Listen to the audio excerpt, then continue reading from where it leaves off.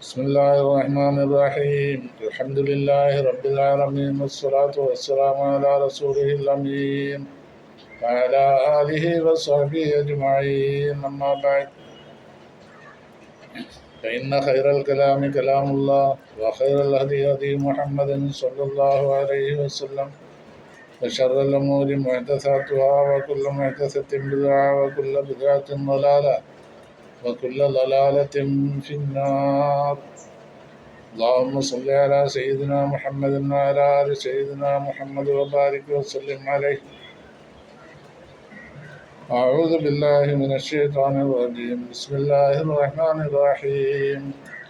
يا أيها الذين آمنوا اتقوا الله وقولوا قولا سديدا يصلح لكم أعمالكم ويغفر لكم ذنوبكم ومن يطع الله ورسوله فقد فاز فوزا عظيما.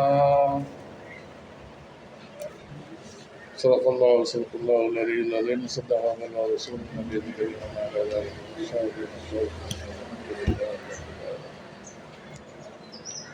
അഭിവന്യരായ മോമിനീങ്ങളെ, അസ്സലാമു അലൈക്കും വറഹ്മത്തുള്ളാഹി വബറകാതുഹു.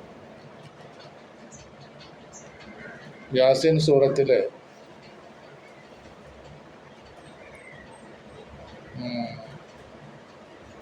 31 ആയത്തുകൾ നമ്മൾ എടുത്തു.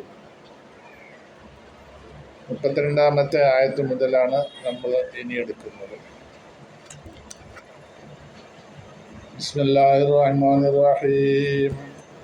വഇൻ കുല്ലു ലമ്മാ ജമീഉൽ ലദൈനാ മുഹ്ളറൂൻ വആയത്തുൽ ലഹുമുൽ അർളുൽ മൈതത്തു അഹ്യൈനാഹാ വഅഖ്റജ്നാ മിൻഹാ ഹബ്ബൻ ഫമിൻഹു യഅകുലൂൻ വജഅൽനാ ഫീഹാ ജന്നാത്തിൻ മിൻ നഖീലിൻ വഅനാബിൻ وفجرنا فيها من العيون ليأكلوا من ثمره وما عملته أيديهم أفلا يشكرون.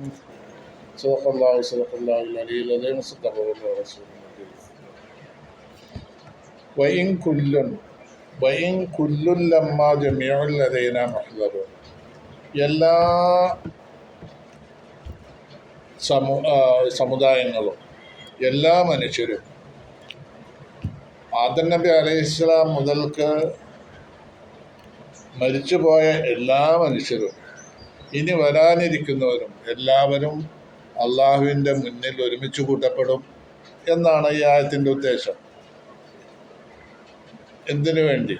ഹിസാബ്, ജസാ, അന്ത്യദിനത്തിൽ വിചാരണ നടത്തിയിട്ട് പ്രതിഫലം കൊടുക്കും. ചെയ്ത തെറ്റുകൾക്ക് ഇഖാബും കൊടുക്കും, ശിക്ഷയും കൊടുക്കും. അത് റബ്ബ് സുബ്ഹാനഹു വ തആല അതിൻ്റെ പേരിൽ എല്ലാം അല്ലാഹു തആല എല്ലാവരെയും അവിടെ ഒരുമിച്ച് കൂട്ടും ആഖിറത്തിൽ, മഹ്ശറയിൽ.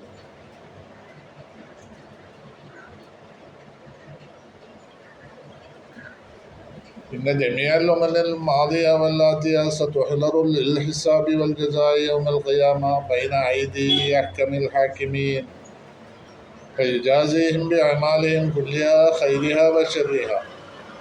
അല്ലാഹു സുബ്ഹാനഹു വ തആലയുടെ മുമ്പിൽ കഴിഞ്ഞുപോയ എല്ലാ സമുദായങ്ങളെയും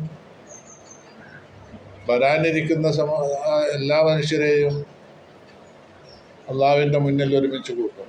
എന്നിട്ട് ഹിസാബും വിചാരണ നടക്കും. അതിനുശേഷം വിചാരണയിൽ ഖൈറും ഷർറുമായ കാര്യങ്ങൾ, അത് ഖൈറിന് അല്ലാഹു തആല പ്രതിഫലം കൊടുക്കും, ഷർറിന് അല്ലാഹു തആല ശിക്ഷയും കൊടുക്കും.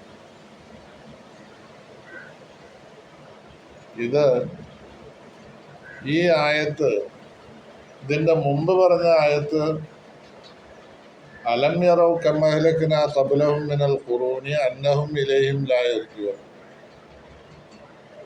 എത്രയോ തലമുറകളെ നാം നശിപ്പിച്ചിട്ടുണ്ട്, നശിച്ചു പോയവരാരും തിരിച്ചു വന്നിട്ടില്ല എന്ന് നിങ്ങൾ മനസ്സിലാക്കിയില്ലേ എന്ന് അള്ളാഹു ഒരു ചോദ്യചിഹ്നത്തോടു കൂടി നമ്മളെ ഈ കഴിഞ്ഞ ഇതിൻ്റെ മുമ്പ് പറഞ്ഞ ആയത്തിൽ പറഞ്ഞിട്ടുണ്ട്. അപ്പോൾ ഈ നശിച്ചു പോയവർ അങ്ങനെ കണ്ട് പോവുക എന്ന് തോന്നിപ്പോവും. അല്ലെങ്കിൽ മുൻകഴിഞ്ഞ് മരിച്ചു പോയ ആളുകളൊക്കെ ഇനി അവർക്ക് ശിക്ഷയുണ്ടാവില്ല, ജസാ ഉണ്ടാവില്ല, പ്രതിഫലം നൽകലും ഒന്നും ഉണ്ടാവില്ല എന്നുള്ളൊരു ധാരണ വേണ്ട എന്ന് വെച്ചിട്ടാണ് ഈ ആയത്ത് അല്ലാഹു തആല പറഞ്ഞത്. അങ്ങനെ മുഫസ്സിറുകൾ പറയുന്നുണ്ട്. അതായത് വജാഅത്ത് ഹാദിഹിൽ ജുംല ബഅദ ദിക്രിൽ ഇഹ്ലാക്കി, ഹലാക്കുകളെ സംബന്ധിച്ച് നശിച്ചു പോവുക എന്നുള്ള കാര്യത്തെ സംബന്ധിച്ച് പറഞ്ഞപ്പോൾ തബീയനൻ വ്യക്തമാക്കാൻ വേണ്ടി പറഞ്ഞു. ഇലാ അന്നല്ലാഹു തആല യതർക്കുൽ മുഹ്ലിക്കീൻ, നശിച്ചു പോയവരെ അല്ലാഹു തആല അങ്ങനെ ഉപേക്ഷിക്കുകയില്ല എന്ന് വ്യക്തമാക്കാൻ വേണ്ടി പറഞ്ഞതാണ് ഈ ആയത്ത് എന്ന മുഫസ്സിറുകൾ പറയുന്നത്. ബൽ എന്നല്ല, ബഅദൽ ഹലാക്കി, ഇവർ നശിച്ചു പോയതിനു ശേഷം ജമ്മും ഹിസാബും സവാബും ഇഖാബും, ഒരുമിച്ച് കൂട്ടലുണ്ട്, എന്നിട്ട് വിചാരണ ചെയ്യലുണ്ട്, അവിടെ പ്രതിഫലം കൊടുക്കലുണ്ട്, ശിക്ഷയും നൽകലുണ്ട്. ഇങ്ങനെ 4 കാര്യം നടക്കും. അത് നശിച്ചു പോയവരാണെന്നുള്ള കണക്കൊന്നുമില്ല, ഇതെല്ലാം നടക്കും. അപ്പോൾ ആദം നബി മുതൽക്കുള്ള ആളുകളൊക്കെ അവിടെ സമ്മേളിക്കും. ആദം നബി മുതൽക്ക് മരിച്ചുപോയ ആളുകളും എല്ലാവരും ഖിയാമത്ത് നാളുള്ള വരെ ഇനി എത്ര ആളുകളുണ്ട് അവരൊക്കെ അവിടെ സമ്മേളിക്കും. എല്ലാവരും ഖബറിൽ നിന്ന് എഴുന്നേറ്റ് മൻ ബഅസനാ മിൻ മർഖദിനാ ഹാദാ മാ വഅദർ റഹ്മാനു വസദഖൽ മുർസലൂൻ. ഈ ആയത്ത് ഇനി കുറച്ച് കഴിഞ്ഞാൽ നമുക്ക് യാസീൻ സൂറത്തിൽ പറയുന്നുണ്ട്. ഞങ്ങളുടെ സുഖമായ ഉറക്കിൽ നിന്ന് ഞങ്ങളെ ഉണർത്തിയത് ആരാണ്? ഇത് പടച്ച തമ്പുരാൻ നമ്മളോടൊക്കെ വാഗ്ദത്തം ചെയ്ത കാര്യമാണ് ഇത് എന്ന് അവർ പറയും. ആര്? ഖബറിൽ നിന്ന് എഴുന്നേറ്റ് അള്ളാഹുവിലേക്ക് ഓടിപ്പോകുന്ന ആളുകൾ. ഓടിപ്പോവാണ്, നടക്കുകയല്ല. അവിടെ പെട്ടെന്ന് അള്ളാഹുവിൻ്റെ അടുത്തേക്ക് ചെല്ലുക. ഈ ചെല്ലുന്നത് ഇതാണ് ഈ പറഞ്ഞ വൈൻകുല്ലുല്ലമ്മ ജമിഉല്ലദൈന മുഹ്ളറൂൻ, എല്ലാവരും ഒരാളൊഴിവാതെ ലദൈന നമ്മളുടെ അടുക്കൽ മുഹ്ളറൂൻ ഹാജരാക്കപ്പെടും, എല്ലാവരും ഒരുമിച്ച് കൂട്ടപ്പെടും എന്ന് പറഞ്ഞത്. അത് അവിടെ ഒരുമിച്ച് കൂട്ടി ഹിസാബ് നടക്കും, വിചാരണ. എന്നിട്ടോ ആർക്കൊക്കെ എന്തൊക്കെ പ്രതിഫലം കൊടുക്കണമെങ്കിൽ അത് കൊടുക്കും. ശിക്ഷിക്കേണ്ടതിന് ശിക്ഷക്ക് വിധേയരാവുന്ന ആളുകൾക്ക് ശിക്ഷ കൊടുക്കും. ഇതാണ് മഹ്ശറയിൽ നടക്കുന്ന കാര്യങ്ങൾ. അതിലേക്കുള്ള സൂചനയാണ് വൈൻകുല്ലുല്ലമ്മ ജമിഉല്ലദൈന മുഹ്ളറൂൻ എന്ന് പറഞ്ഞത്. ഇനി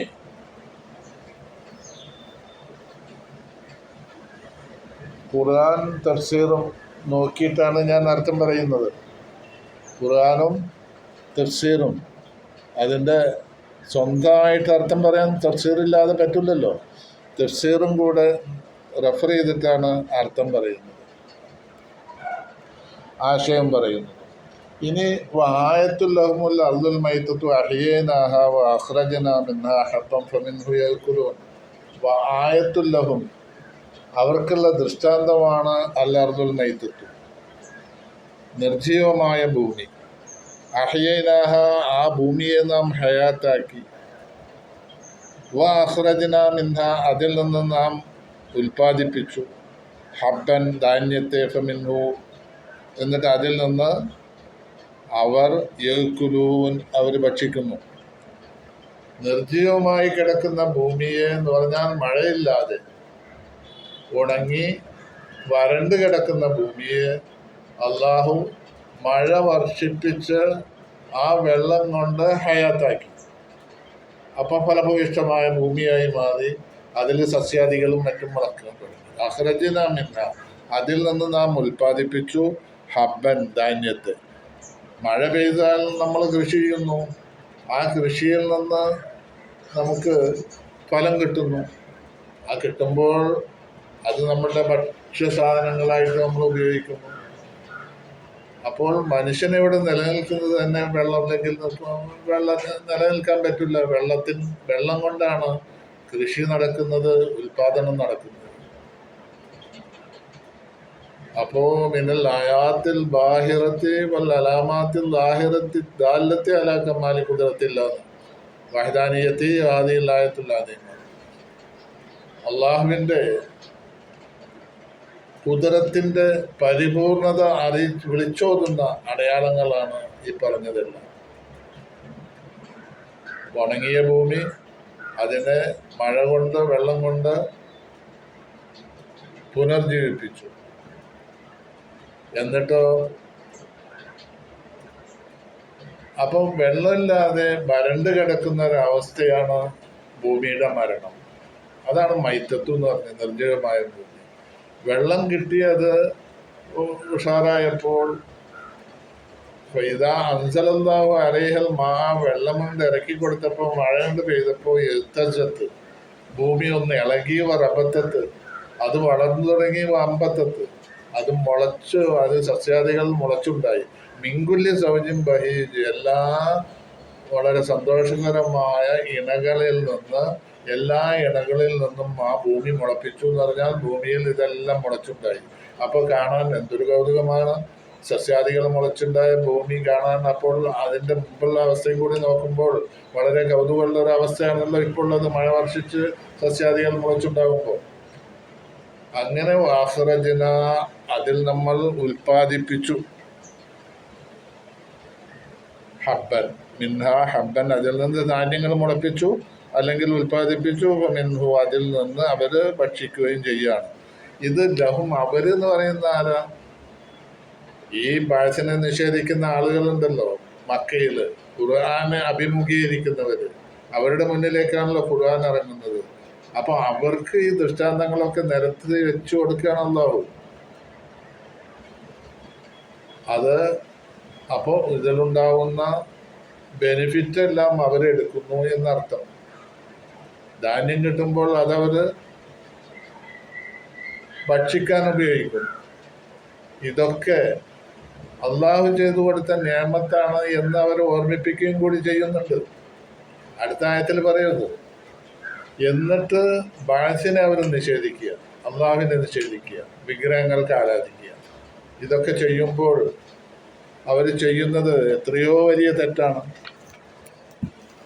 പിന്നെ വജഅൽനാ ഫിഹാ, എന്നിട്ട് ആ ഭൂമിയിൽ നാം ആക്കി തീർത്തു, ഉണ്ടാക്കി, ജന്നാത്തിൻ തോട്ടങ്ങളെ, മിൻ നഖീലിൻ ഈത്തപ്പനയുടെ തോട്ടങ്ങളെ, വഅനാബിൻ മുന്തിരിയുടെ തോട്ടങ്ങളെയും, വഫജ്ജർനാ അതിൽ നാം ഒഴുക്കി, ഫീഹ ഭൂമിയിൽ നാം ഒഴുക്കി. ഫജ്ജർന എന്ന് പറഞ്ഞാൽ ഒഴുക്കി, ഫീഹ ഭൂമിയിൽ, മിനൽ ഉയൂൻ ഉറവകൾ. അപ്പോൾ മഴ പെയ്ത് ഭൂമി ഉഷാറായപ്പോൾ അതിലുള്ള ഈത്തപ്പനത്തോട്ടങ്ങളും മുന്തിരിത്തോട്ടങ്ങളും, അത് ഉദാഹരണമായിട്ട് 2 ഐറ്റം എടുത്ത് പറഞ്ഞു എന്നുള്ളൂ. അവരഭിമുഖീകരിക്കുന്ന സ്ഥലത്തുള്ള, ഖുർആൻ ഇറങ്ങുന്ന സ്ഥലത്തുള്ള കൃഷിയും ഉൽപാദനം എന്തൊക്കെയാണെങ്കിൽ അതെടുത്ത് പറഞ്ഞാലല്ലേ ഇവർക്ക് കൂടുതൽ മനസ്സിലാക്കാൻ എളുപ്പം. അല്ലെങ്കിൽ മഴ പെയ്താൽ, ഏത് ലോകത്ത് മഴ പെയ്താലും എന്തെല്ലാം സസ്യങ്ങളും വൃക്ഷങ്ങളും വളരുന്നെങ്കിൽ അത് ഓരോന്നും ഉള്ള സ്ഥലത്ത് അതാത് വൃക്ഷങ്ങൾ വളരും. അപ്പോൾ ഈത്തപ്പനയും മുന്തിരി ഒന്നും ഉദാഹരണത്തിന് ഇപ്പം നമ്മുടെ നാട്ടിലില്ല. അല്ല, മുന്തിരി ഉണ്ടാവും, പക്ഷെ അതും നമ്മളുടെ ഈ ലോക്കലായിട്ടില്ല. അപ്പോൾ അതുള്ള സ്ഥലം മക്കയിലുണ്ട്, മക്കയിൽ ഇത് രണ്ടും ഉണ്ട്. അപ്പോൾ ആ രണ്ടും എടുത്ത് പറഞ്ഞതാണ്, അതൊരു ഉദാഹരണമായിട്ട് പറഞ്ഞതാണ് മുന്തിരിത്തോട്ടം, ഈത്തപ്പനത്തോട്ടം എന്നുള്ളത്. ഇത് മാത്രമല്ലല്ലോ വളരുന്നത്, എല്ലാ സാധനങ്ങളും വളരെയല്ല എല്ലാ പ്രദേശത്തും. ഓരോ നാട്ടിലും ഓരോ തരം ഉണ്ടാവുക, എല്ലാം കൂടി ഒരു നാട്ടിലുണ്ടാവില്ല. അങ്ങനെ പിന്നെ ഈ തോട്ടങ്ങളിലൊക്കെ നീരുറവുകൾ ഉണ്ടാകുമ്പോൾ ഈ തോട്ടങ്ങൾ എന്നും നിലനിൽക്കും. അതിനുവേണ്ടിയാണ് അല്ലാഹു തആല ഫജ്ജർനാ ഫീഹാ മിനൽ ഉയൂൻ എന്ന് പറഞ്ഞത്. അപ്പോൾ ജഅൽനാ ഫീഹാ ജന്നാത്തിൻ, 2 പ്രാവശ്യം അർത്ഥം പറയുന്നത്. വജഅൽനാ ഫീഹാ ജന്നാത്തിൻ, തോട്ടങ്ങളെ നാം അതിൽ ഉണ്ടാക്കി, മിൻ നഖീലിൻ ഈത്തപ്പനയുടെ തോട്ടങ്ങളും, വഅനാബിൻ മുന്തിരിയുടെയും, ഫജ്ജർന എന്നിട്ട് നാം ഒഴുക്കി, ഫീഹ അതിൽ, മിനൽ ഉയൂൻ ഉറവകൾ ഒഴുക്കി. അങ്ങനെ ഒഴുക്കുമ്പോൾ ആ തോട്ടങ്ങളെല്ലാം നനവ് കിട്ടിക്കൊണ്ടിരിക്കും അതിന്. അപ്പോൾ അത് ഉണങ്ങിപ്പോവില്ല. അതൊക്കെ ഈ മഴയാലുണ്ടായ ഗുണങ്ങളാണ്. എന്തിനിങ്ങനൊക്കെ ചെയ്തത്? ലിയക്കുലു, ഇതിന്റെ ലക്ഷ്യം എന്താ? ലിയക്കുലു, അവർ ഭക്ഷിക്കാൻ വേണ്ടി, മിൻ സമരിഹി, ഇതിന്റെ ഫലങ്ങളിൽ നിന്ന് അവിടെ എടുത്ത് ഭക്ഷിക്കാൻ വേണ്ടി. വമാമിലത്തു, അത് മാത്രമല്ല, അവർക്ക് അവരുടെ കൈകൾ പ്രവർത്തിച്ചതിൽ നിന്നുണ്ടാവുന്ന ഫലങ്ങളും അവർ ഭക്ഷിക്കാൻ വേണ്ടി. കൈകൾ പ്രവർത്തിച്ചിട്ടുണ്ടാവുന്ന പറഞ്ഞാൽ എന്താ? മഴ പെയ്ത് അവർ കൃഷി ഇറക്കുന്ന ആ കൃഷിയുടെ വിളവെടുക്കുന്നു. കുറച്ച് കഴിഞ്ഞാൽ വിളവെടുക്കുന്നു. ഏത് തരം കൃഷിയായാലും വേണ്ടില്ല. നമ്മുടെ നാട്ടിൽ നെല്ലും ഇതൊക്കെയാണല്ലോ ഉള്ളത്. പല സ്ഥലങ്ങളിലും ഗോതമ്പുണ്ട്, അതുപോലെയുള്ള പല കൃഷിയുണ്ടല്ലോ. ലോകത്ത് മനുഷ്യന് ഭക്ഷിക്കാൻ ഉതകുന്ന എല്ലാ സാധനങ്ങളും ഈ മഴ പെയ്തു കഴിഞ്ഞാൽ അവിടെ കൃഷി ചെയ്യുന്നുണ്ട് ആളുകൾ. ആ കൃഷി ചെയ്തതിൽ നിന്ന് കിട്ടുന്ന ധാന്യവും ആദായവും എടുത്തിട്ടാണ് അവർ ഭക്ഷിക്കുന്നത്. മനുഷ്യന്മാരൊക്കെ അങ്ങനെ ഭക്ഷിക്കുന്നത്. അതല്ലെങ്കിൽ അത് കയറ്റി അയക്കാൻ സൗകര്യത്തിന്, അപ്പോൾ അവിടുത്തെ അടുത്ത് ഭക്ഷിക്കുന്നത്. പിന്നെ കൂടുതലുള്ളത് കയറ്റി അയക്കുന്നു. കയറ്റിയെടുക്കുമ്പോൾ അത് ഇമ്പോർട്ട് ചെയ്യുന്ന സ്ഥലത്ത് കിട്ടുന്ന ആളുകൾക്ക് അത് ഭക്ഷിക്കാൻ സൗകര്യപ്പെടുന്നു. ഇങ്ങനെ ഇതൊക്കെ മഴയെ ബേസ് ചെയ്തിട്ടാണ് ഇതെല്ലാം കൃഷി ഉണ്ടാവുന്നതും മറ്റുള്ളതൊക്കെ. പിന്നെ കാലികൾ വളരുന്ന സസ്യാദികൾ ഉണ്ടാകുമ്പോൾ അത് തിന്നുകൊണ്ട്, മേഞ്ഞു തിന്നുകൊണ്ട് കാലികൾ വളരുന്നു. ഇങ്ങനെയുള്ള സൗകര്യങ്ങളൊക്കെ ഉണ്ട്. അപ്പോൾ അള്ളാഹു കണ്ടമാനം നിഅമത്തുകളും പറഞ്ഞു കൊടുക്കും. ഈ നിഅമത്തുകൾക്ക് അള്ളാഹു ചോദിക്കുന്നത് അഫലാ യശ്കുറൂന അലാ മാ അൻഅമ അലൈഹിം, അള്ളാഹു ചെയ്ത നിഅമത്തുകൾക്ക് അവർ നന്ദി പറയുന്നില്ലേ എന്നാണ് ചോദിക്കുന്നത്. നന്ദി പറയുകയാണെങ്കിൽ, മനുഷ്യൻ നന്ദി ചെയ്യുകയാണെങ്കിൽ, നന്ദിയുള്ള ഹൃദയം ഉണ്ടെങ്കിൽ ആ അങ്ങനെയുള്ള ഹൃദയത്തെ വിനിയോഗിക്കുമ്പോൾ എല്ലാ കാര്യങ്ങൾക്കും ഒരു സന്തോഷം ഉണ്ടാവും. നന്ദിയുള്ള മനുഷ്യന്മാർ നമ്മുടെ ചുറ്റുഭാഗം ഉണ്ടാകുമ്പോൾ നമ്മൾക്ക് അതിൽ വളരെ അഭിമാനം തോന്നും. നന്ദിയുള്ള ആളുകൾ, നന്ദിയെ സംബന്ധിച്ച് അള്ളാഹുവും ചോദിക്കുന്നതാണ്. അള്ളാഹുവിന് നന്ദി. അഫലാ അക്കൂനു അബ്ദൻ ഷക്കൂറ എന്ന റസൂൽ സല്ലല്ലാഹു അലൈഹി വസല്ലം പറഞ്ഞത്. റസൂലിനോട് ചോദിച്ചേ സഹാബത്ത് ചിലർ ചോദിച്ചു, നബിയെ, നിങ്ങൾക്ക് മുൻകഴിഞ്ഞ ദോഷങ്ങളും പിന്നെ വരാതിരിക്കുന്ന ദോഷങ്ങളൊക്കെ പുറത്തു കൊടുക്കുന്നില്ലേ എന്ന് പുറത്തു തന്നിട്ടുണ്ടെന്നാണല്ലോ അള്ള പറയുന്നത്. നിങ്ങൾക്കൊരു തെറ്റും വരില്ല, ഒരു തെറ്റും ഉണ്ടാവില്ല, പ്രവാചകനാണ്, അതുകൊണ്ട് ഒരു തെറ്റും ഉണ്ടാവില്ല. പക്ഷേ കഴിഞ്ഞ കാലത്തുള്ള വരാനിരിക്കുന്ന തെറ്റുകളും കഴിഞ്ഞ കാലത്ത് ഉള്ള തെറ്റുകളും, അങ്ങനെ ഒരു തെറ്റ് റസൂലിന് ഉണ്ടാവില്ല. മുമ്പേ ഒരു തെറ്റ് ചെയ്ത് എന്നുള്ള ഒരു വിഷയം റസൂലിനെ സംബന്ധിച്ചുണ്ടാവില്ല. പക്ഷേ അള്ളാഹു എല്ലാം പുറത്തു കൊടുത്തു എന്നാണ് റസൂലിനെ സംബന്ധിച്ച് പറഞ്ഞിട്ടുള്ളത്. അങ്ങനെ നിങ്ങൾക്ക് പുറത്തു തന്നെങ്കിൽ പിന്നെ ഇത്ര അധികം ബുദ്ധിമുട്ടുന്ന എന്തിനാ? ഇബാദത്തെടുത്തിട്ട് റസൂല് രാത്രി നിസ്കരിച്ചിട്ട് കാലിൽ നീര് വന്നു എന്നൊക്കെ ബുർദയിലൊരു ബെയ്ത്തും നബി രാത്രി അഹിയല്ലാമയില അനിഷ്ടക്കത്ത് കഥമാ ഹുല്ലുറ മിമ്പറമി, അതിൻ്റെ മുഴുവൻ അഹിയല്ലാമയില രാത്രി നബി സല്ലല്ലാഹു അലൈഹി വസല്ലം ഹയാത്താക്കി. ഇതുവരെ ഇലാ അനിഷ്ടക്കത്ത് കഥമാ ഹുല്ലുറ മിമ്പറമി, നബിയുടെ 2 കാലം നീര് വന്ന് നബിയോട് അവലാതി ബോധിപ്പിക്കുന്നത് വരെ രാത്രിയെ നബി ഹയാത്താക്കി. രാത്രിയിൽ മുഴുവൻ നിന്ന് നിസ്കരിച്ചു. അങ്ങനെ ആയപ്പോൾ നബിയോട് ചോദിക്കുകയാണ്, റസൂൽ എന്തിനത്ര കഷ്ടപ്പെടുന്നത്? ഇങ്ങനെയല്ലേ എല്ലാം പുറത്തു തന്നോന്നല്ലേ? അപ്പോൾ റസൂൽ പറഞ്ഞൊരു മറുപടി ഉണ്ട്. അതാണ് നമുക്ക് വളരെയധികം ഗുണപാഠം ആയിട്ട് വരുന്നൊരു കാര്യമാണത്.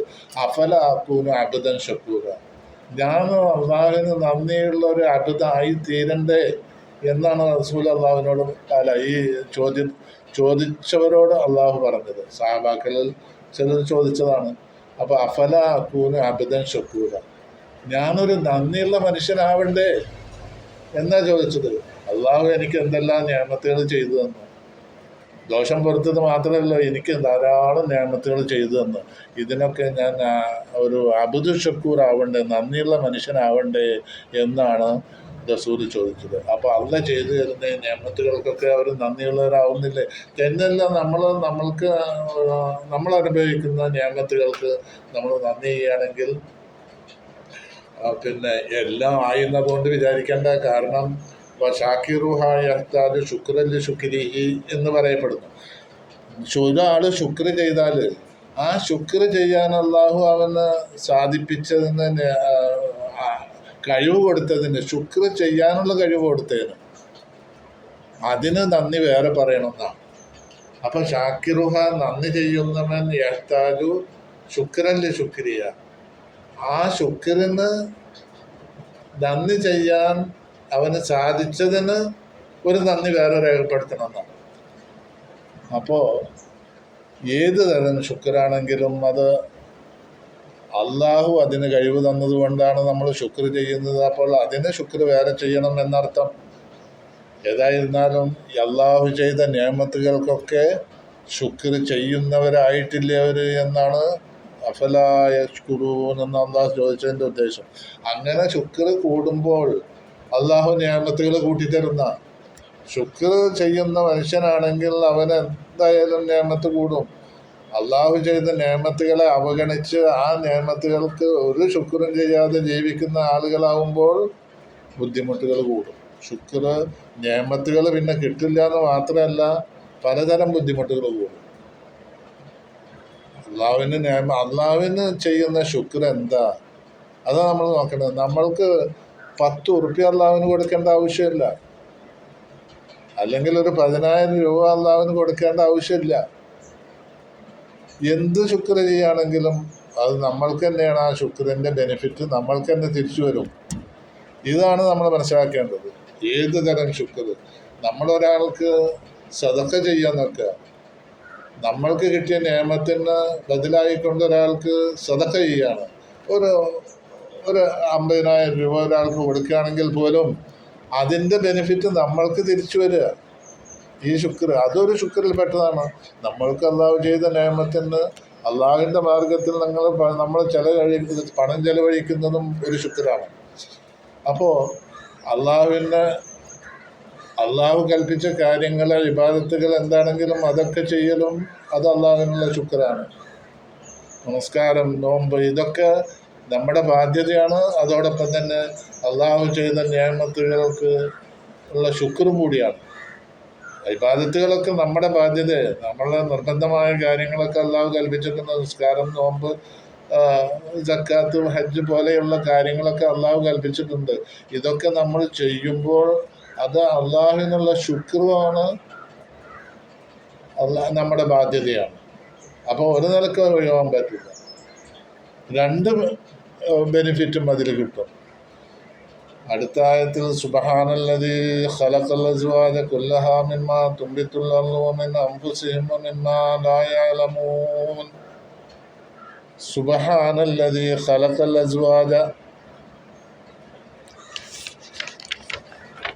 സുബ്ഹാനല്ലദീ ഒരുത്തൻ പരിശുദ്ധനാണ്, ഖലഖ അവൻ സൃഷ്ടിച്ചിരിക്കുന്നു, അൽ അസ്വാജ ഇണകളെ, കുല്ലഹ എല്ലാ ഇണകളെയും, മിമ്മ തുമ്പിത്തുള്ളു ഭൂമി മുളപ്പിക്കുന്നതിൽ നിന്ന് എല്ലാ ഇണകളെയും അവൻ സൃഷ്ടിച്ചു.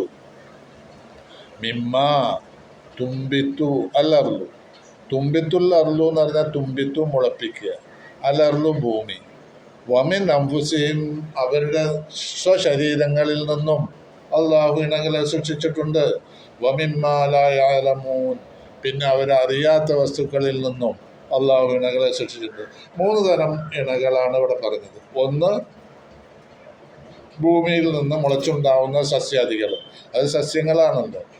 ആ സസ്യാദികളിൽ അള്ളാഹു ആണിനും പെണ്ണിനും സൃഷ്ടിച്ചിട്ടുണ്ട്. വമിൻ അൻഫുസിഹിം മനുഷ്യൻ്റെ സ്വശരീരങ്ങൾ എന്ന് പറഞ്ഞാൽ ഇവിടെ ആദം നബിയെ സൃഷ്ടിച്ചു, ശേഷം ഹവ്വാ റളിയല്ലാഹു അൻഹയെ സൃഷ്ടിച്ചു. ആദം നബിയെ സൃഷ്ടിച്ചു, ആദം നബി പുരുഷൻ, ഹവ്വാ സ്ത്രീ, അത് ഇണകളായിട്ട് സൃഷ്ടിച്ചു. പിന്നെ ഈ ആദം നബിയിൽ നിന്നും ഹവ്വാ റളിയല്ലാഹു അൻഹയിൽ നിന്നും അൻഹായിൽ നിന്നും ആണിനും പെണ്ണിനും സൃഷ്ടിച്ചു. ലോകത്തുള്ള മനുഷ്യന്മാരൊക്കെ അങ്ങനെ സൃഷ്ടിച്ചതാണ്. അപ്പോൾ ബസ്സ മിൻഹുമാ റിജാലൻ കസീറൻ വനിസാ എന്ന് അള്ളാഹു വേറെ ആയത്തിൽ പറഞ്ഞിട്ടുണ്ട്. അതായത് ഈ ആദം നബിയിൽ നിന്നും ഹവ്വാ റളിയല്ലാഹു അൻഹയിൽ നിന്നും ധാരാളം ആണിനെയും പെണ്ണിനെയും അള്ളാഹു സൃഷ്ടിച്ചു. ഇനി ഖിയാമത്ത് നാൾ വരെ വരുന്ന മനുഷ്യനും ആദം നബി മുതൽക്കുള്ള മനുഷ്യരൊക്കെ അതിൽ പെട്ടു. അപ്പോൾ 2 തരം 3 തരം ക്രിയേഷനാണ് ഇവിടെ നടന്നിട്ടുള്ളത്. ആദം നബിനെ അള്ളാഹ് സൃഷ്ടിച്ചത് ഒരു തരം, ആദം നബിനെ ആരും ഇല്ലാതെ സൃഷ്ടിച്ചത്, ആണും പെണ്ണും ഇല്ലാതെ അള്ളാഹ് സൃഷ്ടിച്ചു. അപ്പം വിശദീകരിക്കുന്നില്ല. പിന്നെ ഹവ്വാ റളിയല്ലാഹു അൻഹയെ ആദം നബിയിൽ നിന്ന് സൃഷ്ടിച്ചു. പിന്നെ മനുഷ്യരെല്ലാവരും മൂന്ന് സൃഷ്ടി ആയി ഇവിടെ. പിന്നെ കുറെ കാലം കഴിഞ്ഞപ്പോൾ എന്ന് പറഞ്ഞാൽ 200-300 കൊല്ലം മുമ്പ് ഏകദേശം ഈസാ നബിനെ അള്ളാഹ് സൃഷ്ടിച്ചു. അത് ഉപ്പയില്ലാതെ സൃഷ്ടിച്ച. ഒരു സുപ്രഭാതത്തിൽ മറിയം റളിയല്ലാഹു അൻഹ ഗർഭിണിയാവുകയും അള്ളാഹുവിൻ്റെ ഖുദ്റത്തിനാൽ ഗർഭിണിയാവുകയും ഉടനെ തന്നെ പ്രസവിക്കുകയും ചെയ്തു. ഉപ്പയില്ല.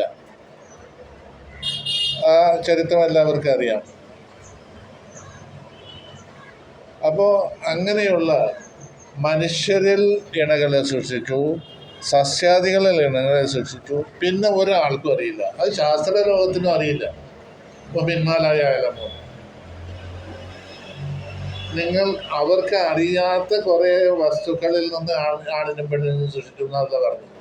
ഇത് അറിയാത്തതെന്ന് പറഞ്ഞാൽ ഖുർആൻ പറയണത് എന്നും അറിയാത്തത് തന്നെയാണ് എല്ലാ കാലത്തും. അല്ലെങ്കിൽ പിന്നെ ഈ പറഞ്ഞ തെറ്റില്ലേ പിന്മാലായാലും എന്നുള്ളത്. അപ്പോൾ മനുഷ്യനറിയാത്ത, കണ്ടുപിടിക്കാൻ കഴിയാത്ത വസ്തുക്കളിൽ ആണും പെണ്ണും അള്ളാഹു സൃഷ്ടിച്ചിട്ടുണ്ട്. സസ്യാദികളിൽ ആണും പെണ്ണും അള്ളാഹു സൃഷ്ടിച്ചിട്ടുണ്ട്. അപ്പോൾ അങ്ങനെ ആണും പെണ്ണിനെയും സൃഷ്ടിച്ച, ഇണകളെ സൃഷ്ടിച്ച അള്ളാഹു പരിശുദ്ധൻ. ഇണകൾ എന്തിൽ നിന്ന്?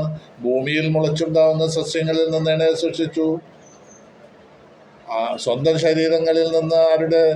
ആണും പെണ്ണും സൃഷ്ടിച്ചു. മനുഷ്യരിൽ ആണും പെണ്ണിനും സൃഷ്ടിച്ചു.